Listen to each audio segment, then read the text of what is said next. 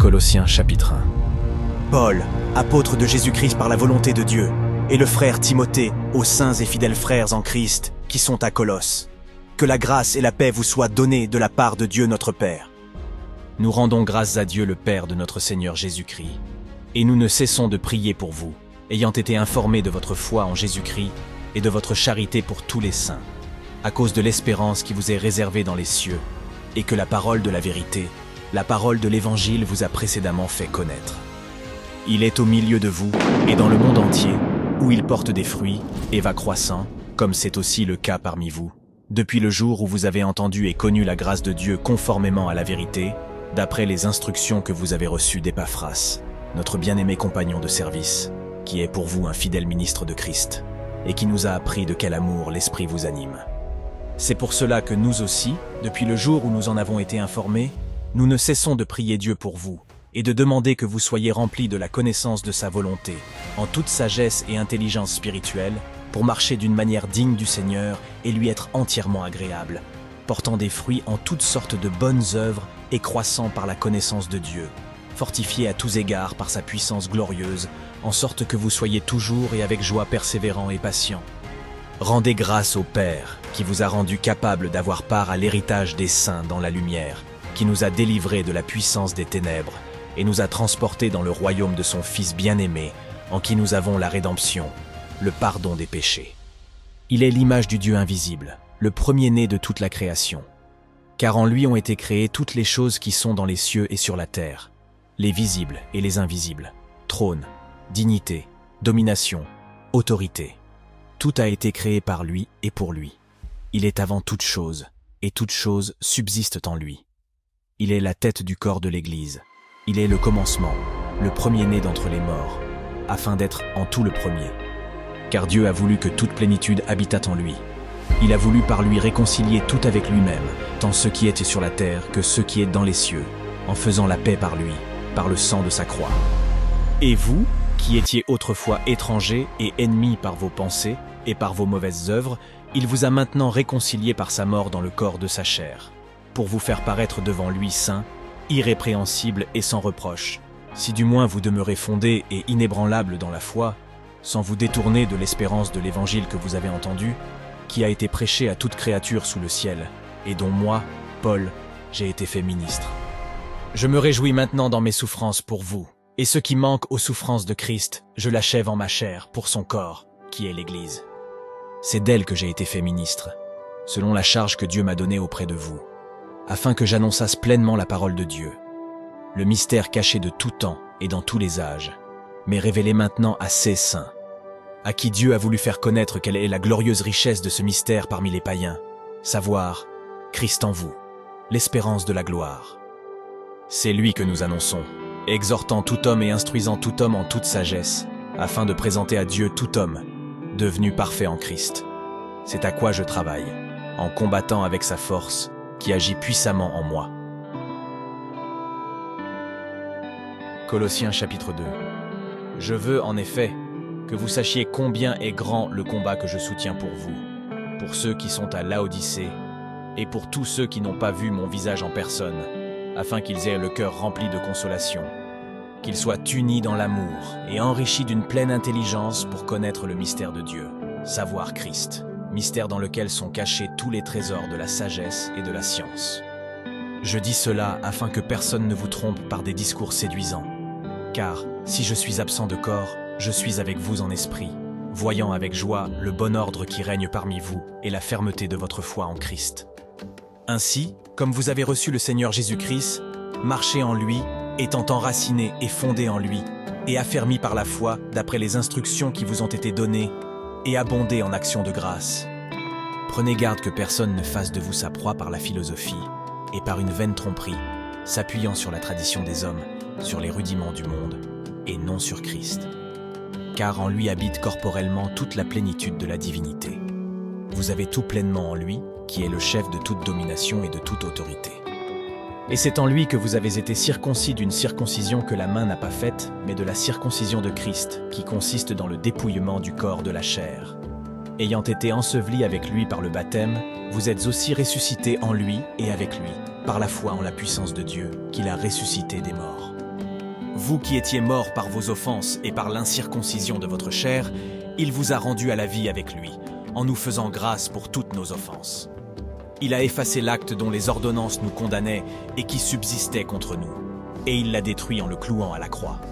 Il a dépouillé les dominations et les autorités, et les a livrées publiquement en spectacle, en triomphant d'elles par la croix. Que personne donc ne vous juge au sujet du manger ou du boire, ou au sujet d'une fête, d'une nouvelle lune, ou des sabbats, c'était l'ombre des choses à venir, mais le corps est en Christ. Qu'aucun homme, sous une apparence d'humilité et par un culte des anges, ne vous ravisse à son gré le prix de la course, tandis qu'il s'abandonne à ses visions et qu'il est enflé d'un vain orgueil par ses pensées charnelles, sans s'attacher au chef, dont tout le corps, assisté et solidement assemblé par des jointures et des liens, tire l'accroissement que Dieu donne. Si vous êtes mort avec Christ au rudiment du monde, pourquoi, comme si vous viviez dans le monde, vous impose-t-on ces préceptes? Ne prends pas, ne goûte pas, ne touche pas. Préceptes qui tous deviennent pernicieux par l'abus, et qui ne sont fondés que sur les ordonnances et les doctrines des hommes. Ils ont, à la vérité, une apparence de sagesse, en eux qu'ils indiquent un culte volontaire, de l'humilité et le mépris du corps, mais ils sont sans aucun mérite et ne servent qu'à la satisfaction de la chair. Colossiens chapitre 3. Si donc vous êtes ressuscités avec Christ, cherchez les choses d'en haut, où Christ est assis à la droite de Dieu. Affectionnez-vous aux choses d'en haut, et non à celles qui sont sur la terre. Car vous êtes morts, et votre vie est cachée avec Christ en Dieu. Quand Christ, votre vie, paraîtra, alors vous paraîtrez aussi avec lui dans la gloire. Faites donc mourir les membres qui sont sur la terre, l'impudicité, l'impureté, les passions, les mauvais désirs, et la cupidité, qui est une idolâtrie. C'est à cause de ces choses que la colère de Dieu vient sur les fils de la rébellion, parmi lesquels vous marchiez autrefois lorsque vous viviez dans ces péchés. Mais maintenant, renoncez à toutes ces choses, à la colère, à l'animosité, à la méchanceté, à la calomnie, aux paroles déshonnêtes qui pourraient sortir de votre bouche. Ne mentez pas les uns aux autres, vous étant dépouillés du vieil homme et de ses œuvres, et ayant revêtu l'homme nouveau, qui se renouvelle dans la connaissance, selon l'image de celui qui l'a créé. Il n'y a ici ni grec, ni juif, circoncis, ni incirconcis, barbare, ni scythe, esclave, ni libre, mais Christ est tout et en tous. Ainsi donc, comme des élus de Dieu, saints et bien-aimés, revêtez-vous de sentiments de compassion, de bonté, d'humilité, de douceur, de patience.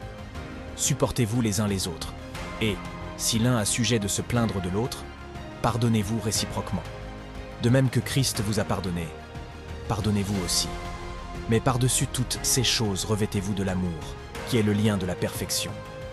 Et que la paix de Christ, à laquelle vous avez été appelés pour former un seul corps, règne dans vos cœurs, et soyez reconnaissants. Que la parole de Christ habite parmi vous abondamment.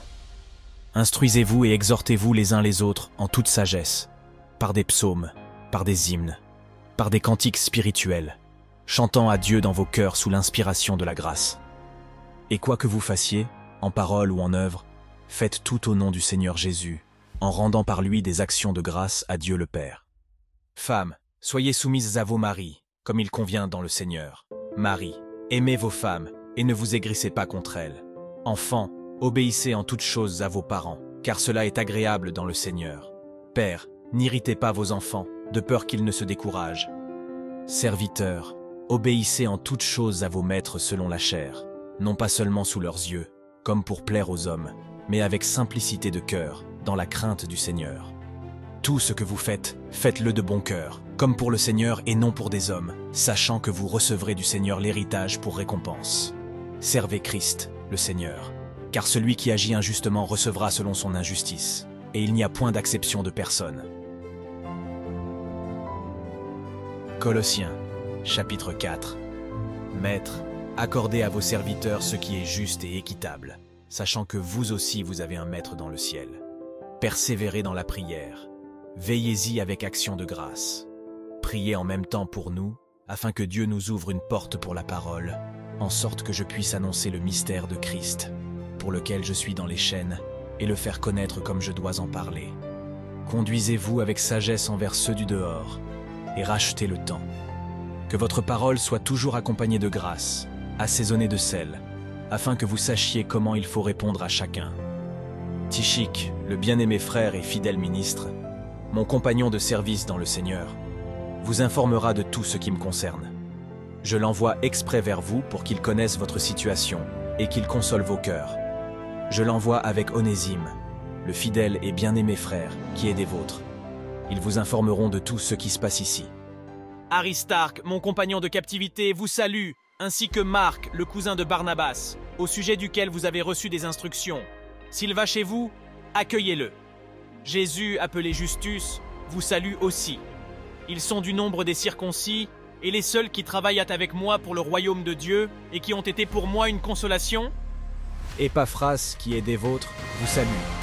Serviteur de Jésus-Christ, il ne cesse de combattre pour vous dans ses prières, afin que, parfait et pleinement persuadé, vous persistiez dans une entière soumission à la volonté de Dieu. Je lui rends témoignage qu'il a une grande ardeur pour ceux de Laodicée et pour ceux d'Hiérapolis. Luc, le médecin bien-aimé, vous salue, ainsi que Démas. Saluez les frères qui sont à Laodicée, et Nymphas, et l'Église qui est dans sa maison. Lorsque cette lettre aura été lue chez vous, faites en sorte qu'elle soit aussi lue dans l'Église des Laodicéens. Et vous, lisez celle qui vous viendra de Laodicée. Et dites à Archippe, prends garde au ministère que tu as reçu dans le Seigneur, afin de le bien remplir. Je vous salue, moi Paul, de ma propre main. Souvenez-vous de mes chaînes. Que la grâce soit avec vous.